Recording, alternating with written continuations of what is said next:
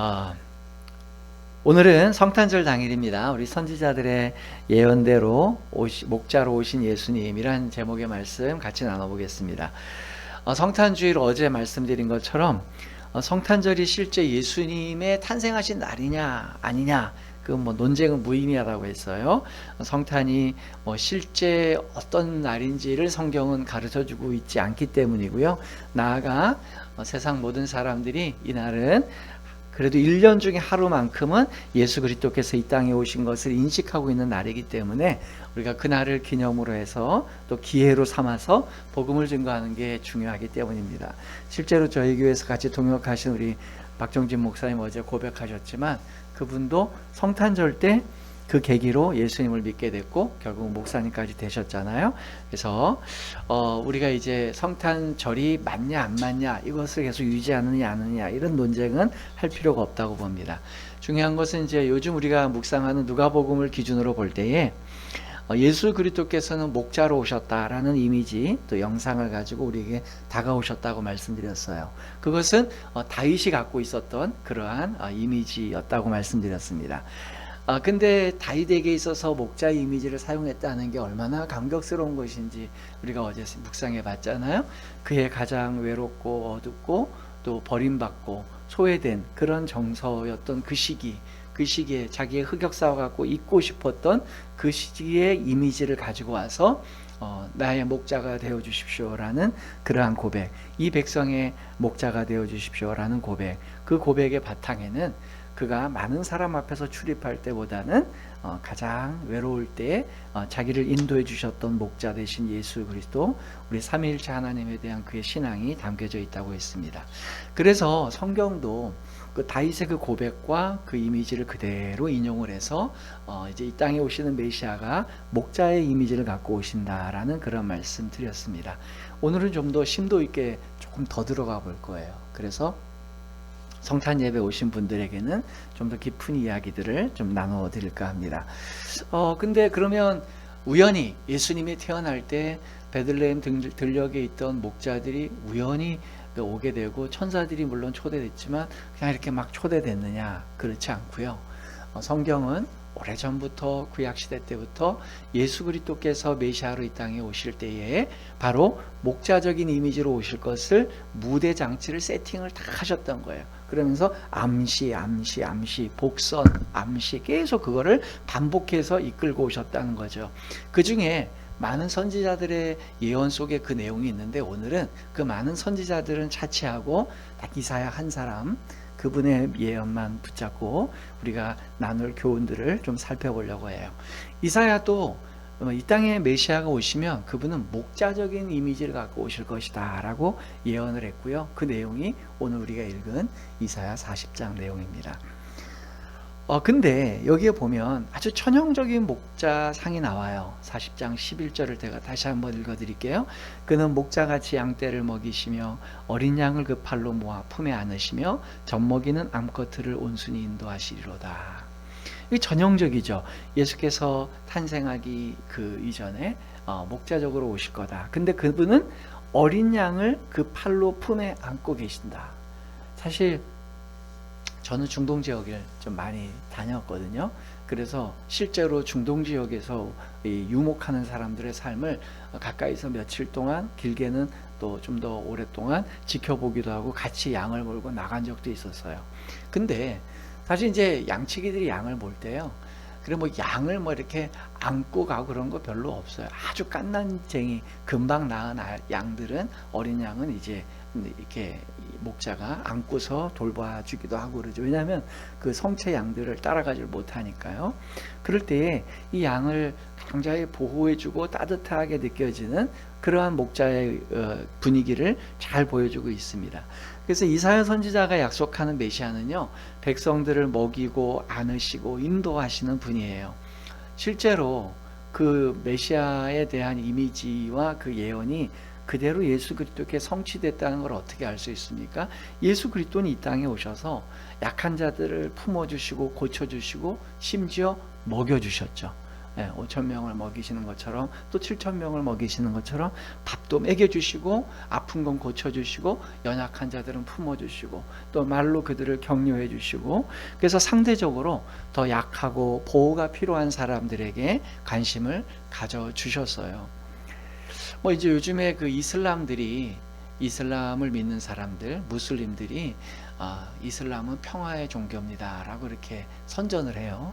근데 성경 예수님의 말씀처럼 그 열매로 그들을 알리라 그런 것처럼 이슬람은 그 모든 지금 전 세계에서 일어나는 테러와 폭력 사건의 주범은 거의 이슬람이에요.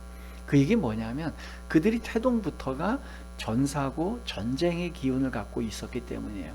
왜 그러냐면 이슬람의 그 최고의 예언자, 그들이 신봉하는 마호멧이라는 사람은 예수님과 정반대의 캐릭터죠. 그는 전사예요. 그는 부족 간의 싸움과 경쟁을 통해서 그들을 칼로 정복하고 자기가 신봉하고 자기가 주창했던 이 이슬람이라고 하는 절대 종교를 포교시켰던 그런 사람입니다. 그렇기 때문에 이슬람은 태동할 때부터 무력과 칼과 전사로 그 자기의 포교 활동을 시작했어요. 그래서 그 뿌리와 DNA가 사라지지 않는 겁니다. 근데 예수 그리스도는 반대죠. 예수 그리스도는 목자적인 이미지를 갖고 오셔서 연약하고 아픈 사람들을 가다듬어 주시고 안아주시고 고쳐주시고 그렇게 보다듬어 주셨습니다. 그러니까 예수님께서는요 세상하고 정반대예요. 세상은 어때요? 당장의 활용 가치가 있고 당장에 내게 유익하고 내게 더 소득이 되는 거, 내가 이제 유리한 거 그런 것들을 취합니다. 그리고 상대적으로 열등하거나 가치 없는 것들은 버리고 외면하는 게 세상의 돌아가는 원리예요. 그게 또 자연스러운 거고요. 근데 예수님은 그러한 가치가 팽배되어 있는 이 세상 가운데 오셔서 상대적으로 연약하고 부족하고 버림받은 것들을 추스리고 안아주시고 보다듬어 주셨다는 겁니다. 그리고 또 한 가지 여기 주목할 만한 그 메시아이신 목자 또 메시아이신 예수 그리스도의 품성을 드러내는 아주 좋은 그 내용이 뭔가 하면 바로 이 예수 그리스도께서 완벽한 친밀함으로 오셨다는 그 증거가 뭐냐면요. 그 뒷절에 나오는 젖먹이는 암컷들을 온순히 인도하시리로다 이렇게 나와 있어요. 이게 아무 생각 없이 읽으면요. 뭐 새끼를 안아주시니까 젖먹이는 암컷까지도 그렇게 하시나 보다 이렇게 넘어갈 수 있는데 유목 생활을 하고 여러분 이렇게 짐승을 키워보신 분들은 이게 쉽지 않은 예사롭지 않은 구절인 걸 알게 될 거예요. 여러분 동물들은요 특히 포유류 동물들은 암컷이 새끼를 낳을 때와 새끼 낳고 난 직후에 엄청 예민합니다. 그래서 이 보호 본능이요 과밀해요. 그래서 우리 이제 사람도 그래요. 사람도 이제 우리 예수님 이야기에 아이를 이제 임신하고 있는 우리 공동체도 있지만 우리 심리학자들이 뭐라고 얘기를 하냐면 엄마가 아이를 임신하고 아이를 출산했을 때는 평균적이지 않고 거의 정신병 수준으로 집착을 한다 그래요. 이 아이에게. 그래야지만 아이가 생존할 수 있는 거예요. 일반적으로 내가 나를 케어하고 다른 사람과 1대1의 관계 정도로 이 아이를 대하면요 이 아이는 죽습니다. 돌봄을 받지 못해요. 근데 온통 모든 신경과 모든 에너지와 모든 관심이 이 아이에게 집중되는 거죠. 그러다 보니까 입덧도 하고 또 잠도 설치게 되고 그런데도 불구하고 초인적인 힘을 발휘해서 아이를 키우게 되죠. 이제 다시 우리 가축들 얘기로 가보면요. 짐승들과 가축들은요, 인간 이상으로 더 예민합니다. 그래서 인간은 그래도 체면이라는 게 있고 방어 기제가 있어서 이런 것들을 조금 감싸긴 게 있는데 포유류들은요, 젖먹이 자기 새끼가 외부인에게 노출되면 어떻게 되죠? 그 아이를 물어서 딴 데로 옮겨요. 자기 거처로 옮기죠. 그러다가 심지어 자기 새끼에 대해서 자기가 평소에 그 먹이를 주던 주인이 만약에 새끼를 함부로 대하려면 어떻게 하죠? 주인한테도 대듭니다. 그렇게 온수다는 애가. 가장 극단적인 예는 제가 이제 동물의 왕국에서 봤는데 외부에 자꾸만 이 아이가 노출되고 자기 새끼가 자꾸만 외부에서 간섭이 들어올 때 극단적으로는 어떤 일을 하죠? 맹수들은요. 자기 새끼를 자기가 물어 죽입니다. 그러니까 남한테 죽이느니 차라리 내가 죽는 거야. 사실 인간들도 그런 사람들이 있어요. 인간들도 부모들이 경제적인 난항에 빠지고 너무 극단적인 상황에 내몰리면 어떤 생각을 해요? 야, 니들이 살아갈 인생이 너무 고단할 것 같아. 이러면서 우리가 집단 자살하자 해서 가장이, 부모가 아이들까지 다 그냥 죽이고 자기가 마지막 자살하잖아요. 사실 그렇지 않은데, 그냥 살려두면 그 아이는 또 먹고 살 게 다 있는데 괜히 지가 앞서서 걱정을 해가지고 그런 엉뚱한 일을 하는 거죠. 그만큼 젖먹이는 암컷은요, 목자한테 그가 그 양이요 평생 동안 목자에게 순응적이었어도 유일하게 목자에게 대들 때가 젖먹이는 암컷일 때예요.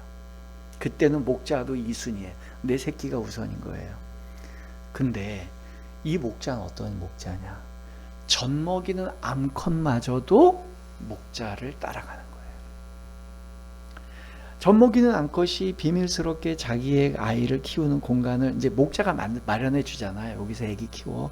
여러분 토끼나 닭 같은 것도 은밀하게 이렇게 만들어줘야 거기서 애기를 낳거든요. 근데 그렇게 하는 그 처소마저도 버려놓고 목자를 따라간다는 거예요. 그건 뭘 의미하죠? 이 목자가 평소에 얼마나 젠틀하게, 얼마나 친화력 있게, 얼마나 신뢰감을 가지고 이 양들과 친분관계를 쌓았는지를 알게 된 거예요. 제 아내가 제일 좋아하는 프로그램이 동물의 농장인가? 그런 프로그램이죠. 그거 이제 그 덕분에 저도 보게 되는데, 그러면서 제가 많이 배워요. 동물 세계를. 그때 느끼는 게 뭐냐면요. 아무리 사납고 힘든 강아지나 고양이도 정말로 자기가 신뢰하는 그 어떤 보호자는 정말로 어떤 상황에서도 그를 신뢰하고 따라가는 걸 보게 되는 거예요. 그럴 때에 저는 그걸 느낍니다. 우리 예수 그리스도께서 우리의 목자 되신다는 건 이분이 얼마만큼 우리에게 친밀하고 얼마만큼 우리에게 정말 온유하고 너그럽게 다가오시는 분인가 하면, 우리가 가장 예민하던 그 시기마저도 주님은 우리를 맞아주시고 안아주신다는 거예요. 그 주님은 자기 양떼에 대해서만큼은요 절대로 포악해지지 않습니다. 자기 양떼에 대해서만큼은 끝까지 견뎌주시고 인내해주시고 안아주시는 거예요. 우리 인간은 그렇지 못하잖아요. 그러나 주님은 그런 분이시라는 거죠. 그래서 예수님을 만나서 인생의 새로운 전기를 만들게 되고 새로운 인생의 방향을 걷게 되신 대부분의 사람들, 실제로 그런 사람들이 어떤 분들이었습니까? 젖먹이를 둔 암컷 같은 분들이었어요. 신뢰가 있잖아요. 수로보닉의 여인, 회당장 야이로, 그 다음에 이런 사람들, 귀신 들린 딸을 뒀던 부모, 이런 모든 분들이 자기의 딸, 아들, 자녀, 이런 사람들의 문제를 가지고 예수님께 나아온 거예요. 그때 예수께서 그 예민하고 각성되어 있고 막 초조하고 어찌할 바 모르는 그런 분들을 안아주시고 보다듬어 주신 거죠. 그냥 자기 자녀의 문제만이 아니라 본인의 문제도 상당히 예민하고 힘들고 곤두서 있을 때에 우리가 이제 우리 박정진 목사님을 통해서 요새 계속 소개받고 있는 사마리아의 여인도 어떤 분입니까? 그 땡볕에, 중동의 땡볕에 누가 그때 물을 길러 가요? 다른 사람들은 다 저녁 때나 아침 때 미리 물을 길러 오는데 아무도 만나기 싫은 거잖아요. 사람들을 만나기 싫고 손가락질 당하고 편견 속에 있으니까. 그분은 그 편견 속에 있을 여자가 아닌데 저는 이제 박 목사님과 의견을 동일하게 가져요. 많은 목회자들이 사마리아 여인을 그냥 믿음이 없는 사람, 왜 우리 찬양도 그랬잖아. 우물가의 여인처럼 난 구했네, 헛되고 헛된 것들을. 그 찬양을 제가 예전에 불렀는데 그 다음 언제부터 안 불러요. 왜냐면 그 여자가 구한 게 정말 헛된 곳이었을까? 그게 아닌데. 근데 우리는 그 여자가 나쁜 여자였는데 예수님을 만나서 걔가 천선했다, 이렇게 봐요. 저는 그렇게 보지 않아요. 그 시대에 수많은 중혼을 했던, 이혼하고 다시 결혼하고 이혼하고 그런 사람들이 많이 있었을 거예요. 근데 그 중에 그 여인에게만 발견할 수 있었던 예수님의 어떤 마음이 보였던 거죠. 그래서 예수님이 그를 찾아간 거죠. 애틋하게 진짜 신랑을 찾고 있는 그 사람. 그때 그 여인은 예민해 있었어요. 다섯 번째 남편을 만나고 여섯 번째, 일곱 번째 만나도 내 인생에 진짜 행복을 찾지 못할 것 같을 때 그 마음에 정말 기댈 수 없는 그 여린 마음, 상처받기 쉬운 마음, 그 마음을 주님이 찾아가 안아주신 거죠. 그래서 우리가 오늘 첫 번째 알아야 될 거, 이 땅에 오신 예수 그리스도는 젖먹이 암컷까지 품어주시고 자기 혼자 몸도 가누지 못하는 다리 발발발발 떨고 있는 이 그 갓난 어린 양, 그런 양도 품에 안아주시는 너그럽고 친절하고 완벽한 친밀함을 갖고 계신 그러한 메시아로, 우리의 구주로 이 땅에 오셨다는 거죠. 그래서 우리가 힘들고 예민해질 때 언제든지 예수 그리스도 앞에 나아가야 될 이유가 거기 있다고 봅니다. 두 번째는요, 이 이미지만 놓고 보면 우리 예수님 한없이 좋은 분이에요, 그죠? 네, 근데 두 번째, 이사야가 고백하고 있는 메시아는 양들을 위해서 싸우는 전사이신 목자예요. 저는 이 이사야 40장 10절 11절이 굉장히 기가 막힌 예언서라고 봐요. 예언이라고 봅니다. 굉장히 다중적인 예수 그리스도의 이미지를 한 두 절에 딱 몰아넣은 거예요. 자, 11절은 이렇게 나와 있어요. 그는 목자같이 양떼를 먹이시며. 그래서 11절만 뚝 떼어놓고서 본문을 삼아 놓으면 우리 메시아이신 예수님은 목자시구나, 그런 이미지로 보여요. 그게 나온 이미지가 온유해요. 어린 양을 안으시고 뭐 이런 내용이에요. 근데 그 바로 앞절이 뭐예요? 우리 40장 10절을 한번 아까 찾았으니까 같이 한번 읽어보겠습니다. 시작. 보라, 주 여호와께서 장차 강한 자로 임하실 것이요 친히 그의 팔로 다스리실 것이라. 보라, 상급이 그에게 있고 보응이 그의 앞에 있으며. 자, 요 10절만 딱 읽으면 목자입니까 전사입니까? 이건 전사예요. 강한 팔, 근육이 막 있고 강한 팔로 강한 자로 임할 거다. 부드럽고 젠틀하고 말랑말랑한 분으로 임하시는 게 아니라 강한 자, 강한 전사로 임하신다는 거예요.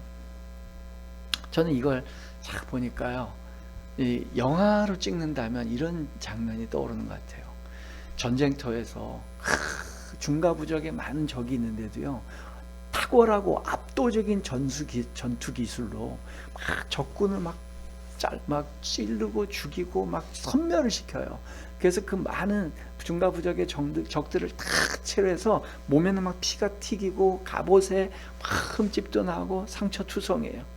그런 그 전사에 누가 봐도 적군이 보면 너무 무서운 거예요. 그냥 그 장수가 나타나기만 하면 벌써 그냥 막 지리고 도망할 그런 타입이에요. 그래서 다 적군을 물리치고 집으로 귀가를 해요. 그때 그 갑옷과 이 피 묻은 옷을 딱 입고 들어가는 게 아니라 집 마당에 딱 들어서면서 제일 먼저 집에 들어가기 전에 우물에 가서 냇가에 가서 있었던 모든 피를 다 씻어내는 거예요. 그 무거운 갑옷, 그 흉측한 갑옷을 다 벗어버리고 그 다음에 깨끗하게 목욕을 한 다음에 부드러운 면으로 된 이런 보슬보슬한 옷을 딱 입고요. 너무나도 인자하고 포근한 옷을 입고 문을 딱 열고 들어가요. 그리고 거기에 아빠하고 갓난뱅이가 막 이렇게 부르짖고 있을 때 그래, 너무나도 환하고 부드러운 미소로 그 아이를 안아주는, 저는 이런 아버지의 영상이 여기에서 보입니다. 우리 예수님은 그런 분이에요. 메시아는요, 목자와 전사라고 하는 전혀 상반되는 이미지 중에 하나만 취사 선택해서 딱 가지신 게 아니라, 전사 이미지는 안 쓸 거야, 난 목자 이미지만 가질 거야, 이 얘기가 아니라 두 이미지를 다 갖고 계세요. 다 갖고 계시는데 문제는 뭐냐, 어떤 이미지를 먼저 갖고 오실 거냐는 거예요. 자기 자녀들한테 찾아오실 때 주님은 목자의 이미지로 오셨다는 거예요. 그래서 여러분, 요게 오늘 굉장히 중요한 겁니다. 삼위일체 하나님이 예수 그리스도께서 이 땅에 성육신하기 전까지는 삼위일체 하나님은 이 지구상에 오신 적이 없죠. 성령이 간혹 하나님의 영으로 임하신 때는 있어요. 근데 그때 천사들을 통해 보내실 수도 있겠고 성령이 직접 임재하셨다는 의미는 우리가 찾긴 어렵습니다. 근데 아주 부분적으로 하나님의 선택하신 자들에게 성자 하나님께서 나타나신 적이 있어요. 아브라함이나 이런 사람들에게. 근데 우주적으로 딱 나타나신 적은 없죠. 자기가 사람의 몸을 입고 오신 적은 없어요. 근데 예수께서 지금 오셨어요. 그럼 이거는 이제 전 지구상에 있는 포괄적으로 이 인류를 향해서 구속사를 이루기 위해 오셨잖아요. 그때 첫 이미지가 뭐냐면 전사로 온 게 아니라는 거예요. 목자로 오셨어요. 그럼 이건 뭔 얘기냐? 제가 어제 이제 주일 성탄 주일 예배에 그 얘기를 드렸죠. 질문을. 아니 그렇게 목자로 보호자로 오신 예수님께서 그 왜 3년만 사역하시고 확 떠나버리셨냐? 그 첫 번째 답이 뭐라 그랬어요? 더 영원하고 안전한 처소를 마련하기 위해서 가셨다. 예, 그건 궁극의 답입니다. 그게 가장 우선적이고요. 제가 앞으로 소개해드린 어떤 답보다 가장 많은 퍼센테이지를 차지하고 있는 최고의 답입니다. 예, 그 답 하나로도 충분합니다. 그러나 제가 이제 앞으로 오늘 소개해드릴 두 번째, 세 번째 답은 이 궁극의 답을 구성하기에 필수적인 요건들이 있다는 거예요. 그럼 뭐냐? 목자로 오셨다는 건요, 처음에 오실 때 전 세계 모든 만민을 위해 오신 게 아니에요. 자기가 선택하신 자들을 위해 오신 거예요. 내 자식들, 자기 백성을 위해 오신 겁니다. 그래서 이 혼택해진 세상 속에서 그냥 방향을 잃고 막 살아가고 있는 그들에게 내 백성들, 내 양떼들을 회복시키고 치유하기 위해서, 그래서 아프고 힘들고 무너진 아이들을 일으켜 세워주기 위해 오신 거예요. 그게 두 번째 답은 뭐냐면요, 그렇게 오셨어요? 그러면 그렇게 오셔서 모든 사람에게 팔 벌리고 나는 따뜻한 사람에 나는 관대하다, 누구든지 나에게 오라, 이게 아니고요. 자기 백성에게 목자로 오셨는데 그 다음에 두 번째 뭐라죠? 이분이 전사로 바뀝니다. 따뜻한 목자로 오셔서 자기 자녀들을 안아주신 다음에 두 번째, 잠깐 있다가 양 곁을 떠나신 이유는 전쟁하러 떠나시는 거예요. 실제죠. 예수님 이 땅에 오셔서 자기 백성들을 고쳐주시고, 아픈 사람은 고쳐주시고, 마음이 힘든 사람은 상담해 주시고, 또 배고픈 군중들은 밥을 먹여주셨어요. 그럼 그렇게 계속 지내시면 목자인 거예요. 근데 이분이 선언을 합니다. 야, 나 이렇게 너희들하고 밥 먹고 고쳐주고 이러고 있을 거 아니야. 나 이제 전쟁할 거야. 싸울 거야. 그때 목자의 이제 실체가 드러나요. 그러면서 나는 이 땅에 대제사장들에게 잡힐 거고, 난 그 고난받고 죽을 거야. 그러니까 양들을 잠시 내버려 두고요. 양들을 계속 보호해 주는 거는 임시 방편이에요. 이 양을 언제든지 호시탐탐 노리고 있는 늑대와 사자와 맹수들을 죽여야 되는 거예요. 그 지역에 있는 맹수들을 다 죽여야 되니까 너희들 여기 잠깐 우리에 있어. 내가 가서 저 녀석 잡고 올게. 라고 나가는 거죠. 얼마 전에도 제가 다큐멘터리 하나 봤는데, 몽골의 그 밤에 자꾸만 늑대떼들이 와서 양을 잡아먹으니까 그 이제 몽골에 유목하는 그 사람들이 군집을 이뤄서 늑대 사냥에 나가는 그런 다큐멘터리를 제가 본 적이 있어요. 좀 그런 영상을 보면서 성경의 영상하고 비슷하기 때문에 봤습니다. 자, 목자가 양들을 떠난 이유는 원수와 싸우기 위해서 떠나신 거예요. 그게 십자가잖아요. 근데 문제는 뭐냐? 메시아가 싸워야 될 이 전쟁은요, 원수를 죽이는 전쟁이 아니라 자기가 죽는 전쟁이에요. 이게 기독교의 패러독스입니다. 가서 마귀를 갖다 죽이는 게 중요한 게 아니고요, 마귀를 섬멸하기 전에 본인이 먼저 죽어요. 왜? 마귀가 가장, 그 악한 세력들이 가장 많이 우리 하나님의 양떼들, 예수 그리스도의 양떼를 괴롭히는 궁극의 무기가 뭐냐? 가장 큰 무기가 뭐냐? 죽음이에요. 자꾸만 죽음을 갖고 겁을 내니까 그 죽음 때문에 노예가 돼서 죽기에 종노릇한 것, 죽음의 종노릇한 것 때문에 이제 종이 거의 됐어. 거기에 익숙해져 있어요. 예수님이 오기 전까지 예수님의 양떼들마저도 죽으면 어떡하지? 난 이렇게 하면 죽을 것 같아. 이런 마음 때문에 습관이 돼서 그게 DNA처럼 타락한 인생들 가운데 계속 내려가는 거예요. 그럴 때 예수님이 오셔서 그래. 야, 죽는 거 두려워하지 마. 나와 함께 있으면 죽어도 사는 거고, 살아도 죽었다가도 살아나고, 살아있으면 영원히 사는 거야. 죽음이 너희들 간섭하지 못해. 그래도 이 타락한 인생들이 못 알아들어요. 말로만 하니까. 아니 어떻게 그래도 죽죠. 예수님도 죽고 우리도 죽는 거 아니에요. 그래? 그 죽음이 아무것도 아닌 거 보여줄까? 내가 쟤네가 쓰는 최고의 무기를 무력화시킬게. 잘 봐. 그러면서 너희들 여기 잠깐 있어. 가시면 안 돼요. 우리의 목자가 죽으시면 어떡해요? 아니야, 괜찮아. 이거 아무것도 아니야. 공갈이야. 종이호랑이야. 내가 보여줄게. 그러면서 예수님이 가신 길이 십자가인 거예요. 그래서 원수들이 가장 많이 쓰는 그 죽음의 그 무기를 자기에게 사용하게 했어요. 그래? 사탄아, 너 나를 죽일 수 있을 것 같아? 죽여라. 아버지께서 나를 살려주신다. 나는 아버지를 전적으로 신뢰한다. 그러니까 죽일 테면 죽여라. 그랬더니 죽였어요. 박해받고 핍박받고 버림받았죠. 그리고 심지어 자기 양떼들마저 막 흩어져요. 목자를 치니 양떼들이 흩어지리라. 그거마저도 주님은 허용하신 거예요. 왜?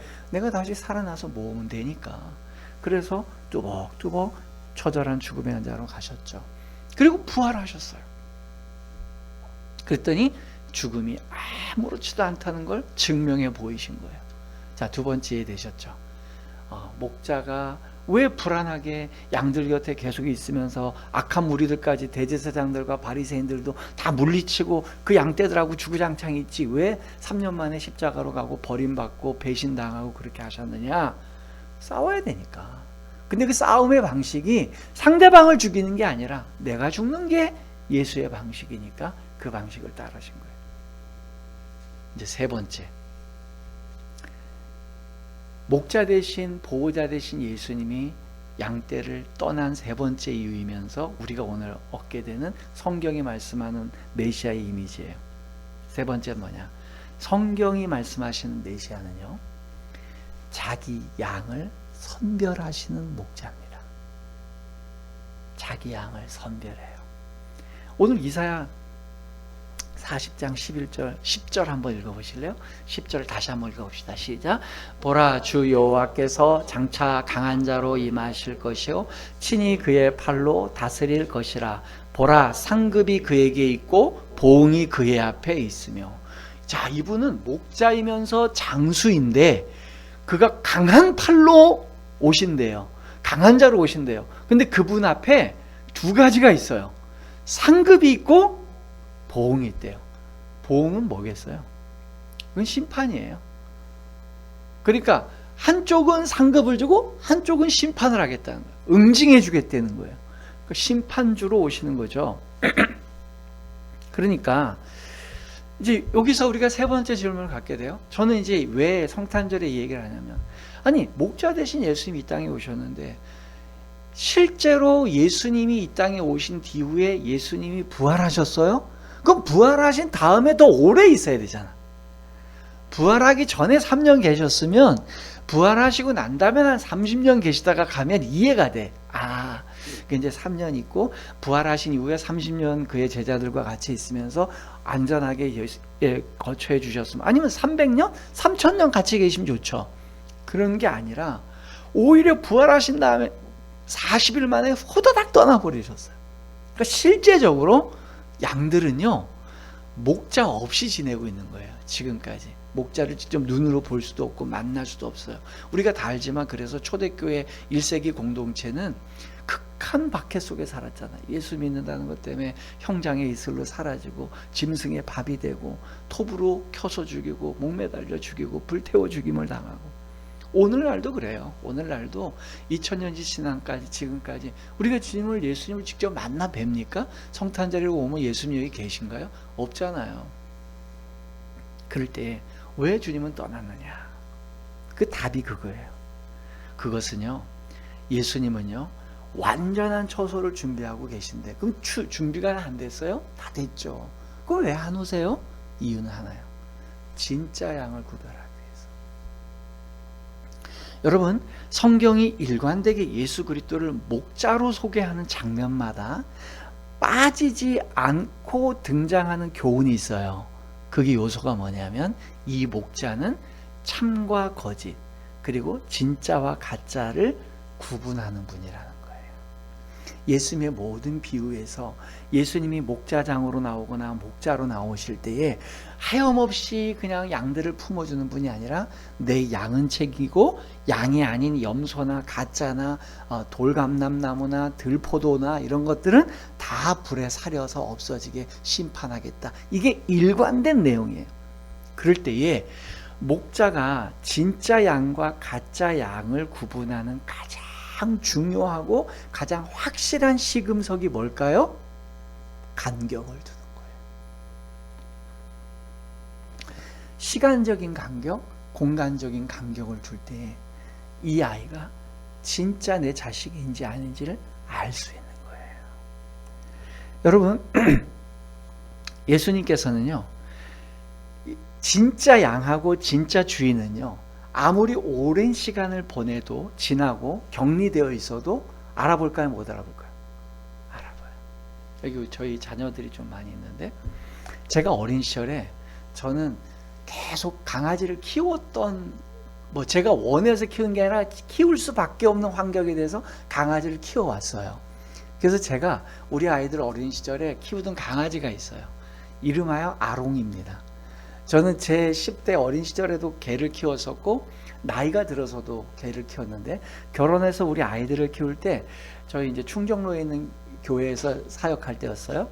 그때 이제 집 앞에 마당이 넓었기 때문에 강아지를 키웠는데 그때 누가 줬어요. 그래가지고 그 강아지를 받을 수밖에 없었어요. 이 아롱이라는 애를 키웠는데 이 아이가 어린 시절부터 저랑 같이 있었죠. 그러니까 제가 새벽 기도 끝나고 오면 항상 밥을 주고 그 뒤에 조그만 동산이 있었어요. 그러니까 강아지랑 같이 제가 산책을 나갑니다. 벌써 알아요. 그러니까 얘가 제가 밥 주는 사람이죠. 그 다음에 산책시키는 사람이죠. 그러니까 걔는 서열이 내가 무조건 대장인 거죠. 그래서 아침에 나가면 벌써 꼬리 흔들고 난립니다. 그럼 이제 그때는 목줄 안 껴도 되는 시절이라 이제 목줄을 풀어주고 산으로 가면 이게 조금만 달려가다 기다려서 잠깐 또 제가 오기를 기다리고 저도 뛰어가고 그렇게 했어요. 그랬더니 저는 그 의미가 뭔가 나를 좋아하는 건가 그랬더니 제 딸내미가 그 얘기를 하더라고요. 우리 큰딸이 그랬어요. 그거 의미는 강아지가 먼저 뛰어가서 기다리는 이유는 자기가 여기까지 와서 안전을 확보했기 때문에 와도 된다, 그런 의미라고 얼마 전에 저한테 얘기해 줬어요. 어쨌든 아롱이하고 저하고 그렇게 사이좋게 지냈어요. 몇 년 동안은 그냥 제가 거의 루틴화돼서 습관화돼서 새벽기도 끝나면 아롱이 밥 주고 같이 산책하고 오고 그래 다녔어요. 옛날에 무슨 강아지 영화 있었는데 털이 많고 그런 강아지였어요. 근데 아쉽게도 제가 교회에 부름을 받고 일산으로 이사를 가게 되고 거기서 이제 교회를 다른 역할로 섬겨야 되는 여건이 됐어요. 그러니까 강아지를 키울 수 없는 거예요. 17평짜리 이제 다가구 주택 안에 들어가 살아야 되니까 강아지를 놓을 데가 없어요. 그래서 저도 눈물을 머금고 이 아롱이를 보내야 되는 거예요. 그래서 하는 수 없이 남한테 주거나 버리기는 제가 너무 마음이 아프고 저희 고향집에 데려다 놨어요. 제천 고향집에 데려다 놨더니 이제 거기서 이제 애가 컸죠. 근데 이제 저희 부모님이 또 개 냄새가 싫다고 그래가지고 제 어머니가 옆집에다 줬어요. 그래도 다행히. 이제 옆집, 우리 어머님 바로 옆집에 산속에 이렇게 두 채가 있는데 집이 옆집에 줬어요. 그러니까 저는 이제 이제 어머니한테 맡겨놓고 갔는데 이제 제가 고향집을 자주 못 가잖아요. 명절 때 가잖아요. 아롱이가 날 알아봐요. 걔가 다른 사람한테는 굉장히 많이 짖는 개였어요. 심지어 어떨 때는 우리 가족이나 딴 사람한테도 저한테만 안 짖어요. 근데 다른 외인들이 그 동네에 오거나 주차를 시키면 빨 짖고 난리인데 제가 내리니까 그렇게 좋아하고 벌써 저 멀리서부터 나를 보고 뒹굴고 난리예요. 그래서 제가 한동안은 가서 아롱이 보고 막 안아주고 하니까 걔가 벌써 그 눈망울에서 이제 왔냐고, 내 주인이 오셨으니까 하는 그 느낌을 가져요. 근데 제가 이제 자주 못 가다 보니까 아롱이가 이제 거기서 이제 운명을 다했죠.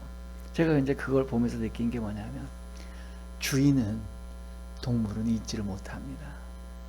시간이 오래 지나고 또 뭐라도 아롱아 내가 얘기하니까 얘가 알아듣는 거예요. 그 멀리서 한 50m 이상 되는 그 거리인데도 딴 데 쳐다보고 있어도 아롱아 부르면 탁 돌아보는 거죠. 여러분, 예수님은 모든 양의 목자가 아니에요. 자기 양을 위해 오셨다 그랬어요. 자, 우리 잠깐 누가복음 2장 8절을 찾아볼까요? 주일날 읽었던 본문인데요. 오늘 우리가 이제 자막을 이제 한 다음 주부터나 다다음 주 이렇게 조만간 이제 진행될 것 같은데 지금은 찾아 읽으셔야 될 것 같아요. 누가복음 2장 8절이에요. 2장 8절 우리 한번 읽어보겠습니다. 시작. 그 지역의 목자들이 밤에 밖에서 자기 양떼를 지키더니, 여기 재미있는 표현이 나와요. 자기 양떼를 지켰대요. 여러분, 이거는 중동에서 유목생활하는 사람들은 다 압니다.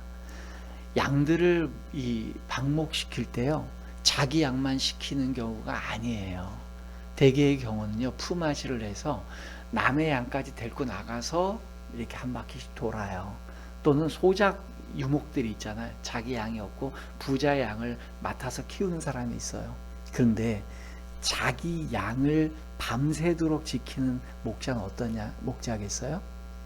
이런 목자는요, 첫째, 가난한 목자입니다.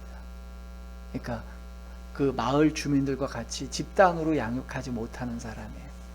그리고 자기가, 여러분 이스라엘 집은요 어떻게 되어 있냐면 1층은 대개가 가축들의 공간이에요. 외양간이거나 마구간이거나 당나귀나 뭐 염소나 양이나 이런 게 1층에 있고요. 2층에 주거 생활하는 곳이에요. 그러니까 밤에 베들레헴 들령에서 양을 치는 사람이면 두 가지로 해석이 가능한데, 지금 유목이 가능한 간절기, 제가 이거 나중에 한번 설명드릴게요. 우기도 아니고 건기도 아닌 간절기 때 유목을 하거든요. 그때 간절기 때에 일거나 아니면 집이 없는 목자이거나 텐트 생활하는 목자이거나 이 둘 중에 하나예요. 그럼 이 목자는 집단적으로 마을 사람들과 같이 공동 목축을 하는 사람이 아니거나 또는 소작한 사람이 아니에요. 자기 양을 갖고 있는 사람이에요. 그런데 예수님이 자기 양이라는 표현을 누가복음에 쓰는 걸 허용하셨단 말이죠.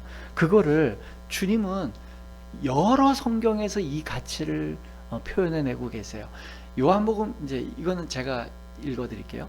요한복음 10장 27절에 보면, 찾아볼래요? 요한복음 10장 27절. 뭐 우리 성탄절인데 말씀 찾아 읽고 이러는 게 의미가 있는 거죠. 뭐 요한복음 10장 27절 한번 찾아보세요. 찾으셨죠? 같이 읽어봅시다. 시작. 내 양은 내 음성을 들으며 나는 그들을 알며 그들은 나를 따르느니라. 그죠? 여기 보면 내 양은 내 음성을 알고 그들은 나를 따른다. 그러면 내 양 아닌 양이 있다는 뜻이잖아요. 그러니까 예수님의 양이 있고 예수님 양이 아닌 자가 있는 거예요. 그러니까 주님은 내 양을 위해 오신 거예요. 가장 결정타는 마태복음 1장 21절이죠. 자, 마태복음 1장 21절을 보겠습니다. 마태복음 1장 21절. 1장 21절 시작. 아들을 낳으리니 이름을 예수라 하라. 이는 그가 자기 백성을 그들의 죄에서 구원할 자이심이라 하니라. 여기 보면 예수라는 이름이 자기 백성을 그들의 죄에서 구원할 자래요. 남의 백성이 있다는 거예요. 자기 백성이라는 건. 그러니까 예수님은요, 자기 백성, 자기 양떼를 위해 오신 거예요. 이게 이제 우리 장로교가 갖고 있는 신학인 제한적 속죄라는 개념이에요. 예수님은 모든 인류를 위해서 오신 게 아니고요, 자기가 선택한 백성들을 위해서 오신 분이라는 겁니다. 그렇기 때문에 우리가 예수 그리스도로부터 공간적으로, 기간적으로 멀리 떨어져 있는 이유, 다시 오시겠다고 하신 예수님이 2000년 동안 오시지 않는 이유는 하나예요. 진짜 양을 구별하기 위해서예요. 오랫동안 떨어져 있고 긴 시간 동안 떨어져 있고 멀리 떨어져 있어도 진짜 양은요, 그 목자의 음성을 잃지 않습니다. 그리고 아무리 긴 시간 떨어져 있어도 그 목자에 대한 그리움을 끝내버리지 않아요. 마지막 네 번째. 그러면 양과 목자는 어떻게 자기의 목자인지 자기 양인지를 아냐는 거예요. 네 번째, 양들은 목자의 음성으로 자신의 목자를 구분합니다. 참 이게 너무 중요해요. 여러분, 우리가 이제 통상적으로 가축들이면 다른 타자를 어떻게 인식하는 게 제일 흔한 일이죠?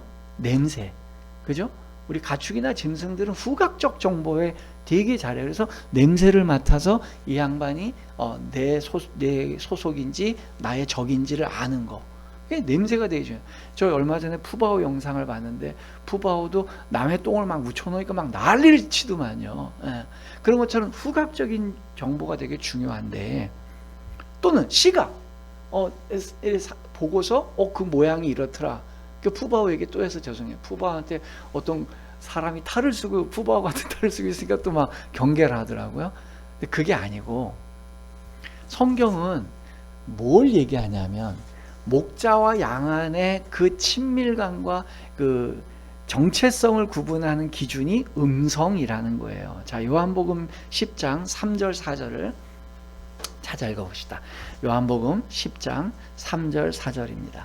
요한복음 10장 3절 4절 찾아 읽어보겠습니다. 시작.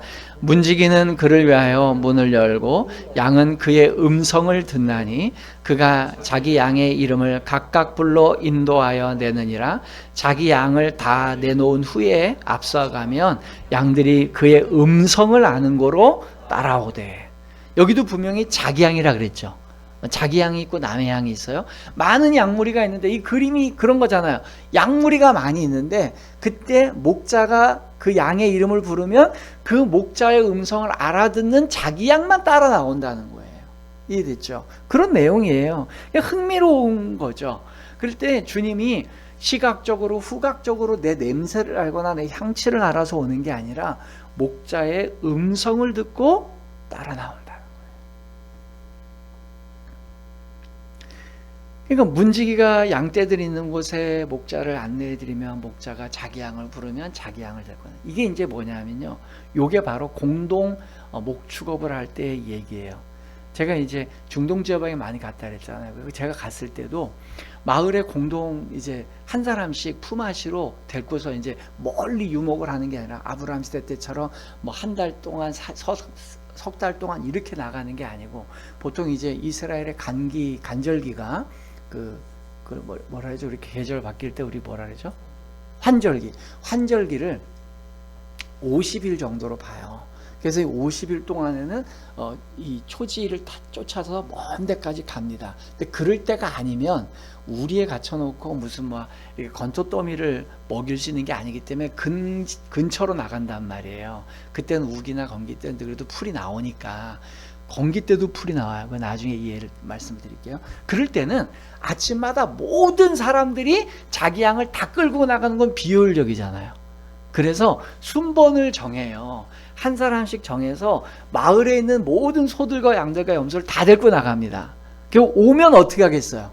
그러면 각 집에 있는 주인들이 나와서 불러요, 자기 양들을. 그러면 진면목이 드러나요. 희한하게 자기 양들한테 다 가요. 목자들이 자기 양들을 다 데리고 자기 집으로 들어갑니다. 고영상이에요. 이건 목축업을 저는 봤어요. 저는 그래서 저런 목축을 해서 내가 현지인한테 물었어요. 야, 저렇게 많이 가면 나중에 집에 올 때 어떻게? 다 안 돼요. 다 알고 그 다음에 엉덩이에다 이제 인두로 쥐져갖고 알아놓긴 했지만 그래도 얘들은 다 안 돼. 목자의 음성을. 영적으로도 동일합니다. 제가 이제 얼마 전에도 수요예배 때인가 말씀드린 것 같은데, 유튜브를 보다 보면 어떤 목사님들이, 또 저명하신 목사님들이 가짜 목사에게 빠지지 않는 비결 뭐 이런 걸 이렇게 얘기하시는 것 같더라고요. 참 어른인데 참 죄송해요. 다른 목사님이라서 제가 뭐라는 건 아니고. 그런 영상 찍을 필요 없어요. 왜 그런지 아세요? 유유상종입니다. 그냥 끼리끼리 모이는 거예요. 아무리 이런 사람은 가짜 목사야, 이런 사람은 가짜 양이야, 이런 사람은 가짜 성도야 얘기할 필요가 없어요. 왜냐하면 같은 종류끼리 모여서 사는 거예요. 그냥 냅두면 돼요. 냅두면 목자는 양의 음성을 알고 양은 목자의 음성을 알아요. 그러니까 목회자와 성도들 관계도 저는 다르지 않다고 봐요. 결론입니다. 예수님이 이 땅에 오셨어요. 이 땅에 오셨는데 그분이 이 땅에 오셔서 우리의 보호자로 오셨습니다. 우리 보호자로 오셔서 더 영원한 처소를 만들기 위해서 잠시 우리에 떠나 계세요. 왜 이 설교를 하겠어요? 우리의 현실은요, 이 땅에 2000년 전에 오신 예수 그리스도가 우리의 오감으로 만질 수 있게, 경험할 수 있게 예수 그리스도가 이 땅에 계시지 않습니다. 어쩌면 많은 기독교의 비평가들이 얘기하는 것처럼 예수 그리스도의 부재 속에 우리는 신앙생활을 유지해 가야 돼요. 예수 그리스도를 만나야 만나기가 어렵고 피부에 와닿게 그분을 느낄 수가 없어요. 근데 그분이 우리에게 남겨주신 말씀과 가치관과 우리를 인도하셨던 내용들, 그분의 음성만 남겨져 있어요. 그분의 말씀만 남겨져 있어요. 그분의 향취도 그분을 시각적으로 볼 수도 없어요. 근데 그분이 선포하셨던 말씀만 남아있어요. 그때 왜 이런 정황이 일어났느냐? 주님은 지금 우리에게 더 영원하고 안전한 처소를 만들기 위해 그렇게 떠나신 거고, 두 번째, 우리의 적인 죽음의 권세와 싸우시기 위해서 우리를 떠나셨던 거고요. 그리고 그것을 성공하시고 그 죽음의 권세를 이기고 나신 다음에는 너무나도 안전하고 완벽한 이 처소에 한 마리라도 가짜가 들어오지 않도록, 양 한 마리라도 불순한 양이 들어오지 않도록 선별하고 계시는 거예요. 그 선별하는 가장 확실한 방법은 간격을 두는 겁니다. 기간적인 간격, 공간적인 간격을 둬서 그들과 일정 기간 떨어져 있음으로써, 그럼에도 불구하고 끝까지 나의 목자 되신 예수 그리스도를 그리워하고 그분의 음성대로 살기를 소원하고 그분의 음성 듣기를 원하는 자들만 남는 거예요. 그때 그 양들은 예수님과 함께 그 영원한 초소로 들어가는 겁니다. 우리가 성탄절을 맞이해서 이 말씀을 묵상하는 게 그겁니다. 우리가 지치지 않고 신앙생활을 해야 될 이유, 우리가 끊임없이 주님 앞에 한 발씩 한 발씩 더 나아가야 될 이유, 당장에 시각적으로나 촉각적으로나 오감적으로 예수 그리스도께로부터 공급받는 걸 느끼지 못해도 우리가 예수를 그리워하고 소망하는 이유, 그것이 진짜 목자를 기다리는 양의 처신이기 때문이에요. 바로 그러한 그리움과 기다림 속에서 마침내 목자를 만나서 그분과 영원한 처소에서 사는 우리 예수님 이야기교회 모든 성도들 되시기를 주님의 이름으로 부탁드립니다. 아멘.